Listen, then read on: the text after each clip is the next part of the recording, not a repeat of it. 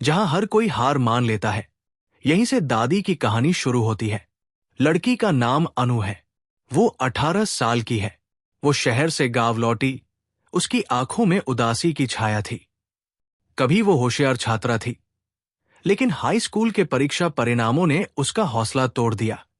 उसके माता पिता व्यस्त हैं। उनकी आवाज शिकायतों से भरी है। अपने ही घर में एक अजनबी।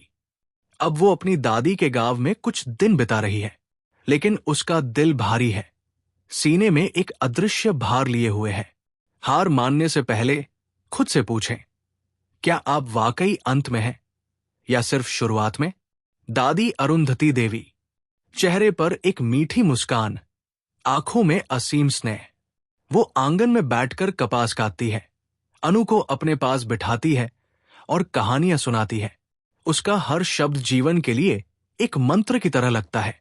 वो अनु के होठों पर कम शब्द समझती है, लेकिन उसके मन में अधिक लहरें। एक दिन वो कहती है, तुम जानती हो अनु, जीवन की चटाई जितनी जटिल होती है उतनी ही मजबूत होती है। सबसे बड़ी लड़ाइयां मन के अंदर होती है। चाहे तुम जीतो या हारो, कोई नहीं जानता। अनु अक्सर दोपहर में तालाब के किनारे अकेली जाती है। दादी चुपचाप उसका पीछा करती है। वो देखती है कि अनु पानी को देख रही है। उसकी आंखों से चुपचाप आंसू गिर रहे हैं। एक दिन दादी धीरे से उसके पास बैठती है। वो कहती है कि पानी सब कुछ बहा ले जाता है, तुम्हारा दर्द भी बजाएगा। तुम फिर से सागर बन सकती हो। जो लोग खुद को खो देते हैं, वे अक्सर अपने असली रूप के सबसे गहरे हिस्सों को पाते हैं। एक शाम दादी ने पत्रों से भरा एक पुराना बक्सा खोला, जैसे कि जीवन भर का इतिहास हो। कुछ प्रेम की कहानियां हैं, कुछ संघर्ष की।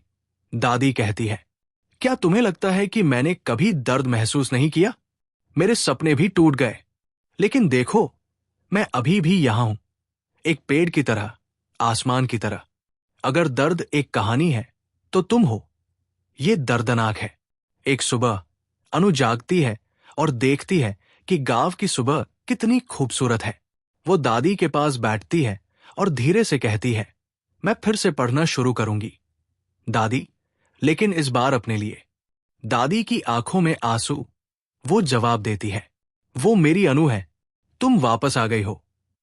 जीवन हमेशा दूसरा मौका देता है, हम बस इसे पहचान नहीं पाते।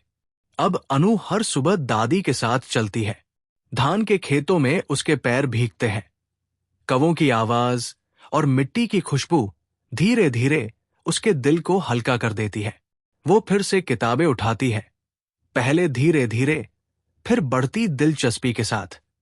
दादी हमेशा उसके पास होती है, शांत, शक्ति का एक मौन स्रोत। वो स्थान जहां आपके दिल को शांति मिलती है, वहीं से एक नई शुरुआत का मार्ग शुरू होता है।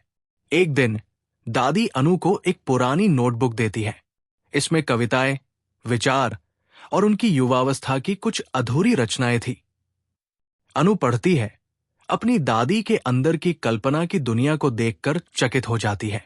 उस पल वो तय करती है, वो भी लिखेगी अपने दर्द, अपनी यात्रा और अपनी जीत के बारे में। हर कलम एक हथियार है, अस्तित्व का, जागृति का। गांव में पूर्णिमा की रात अनु अपनी पहली कविता लिखती है। वो इसे दादी को पढ़ती है। इसका शीर्षक है the light falls upon me.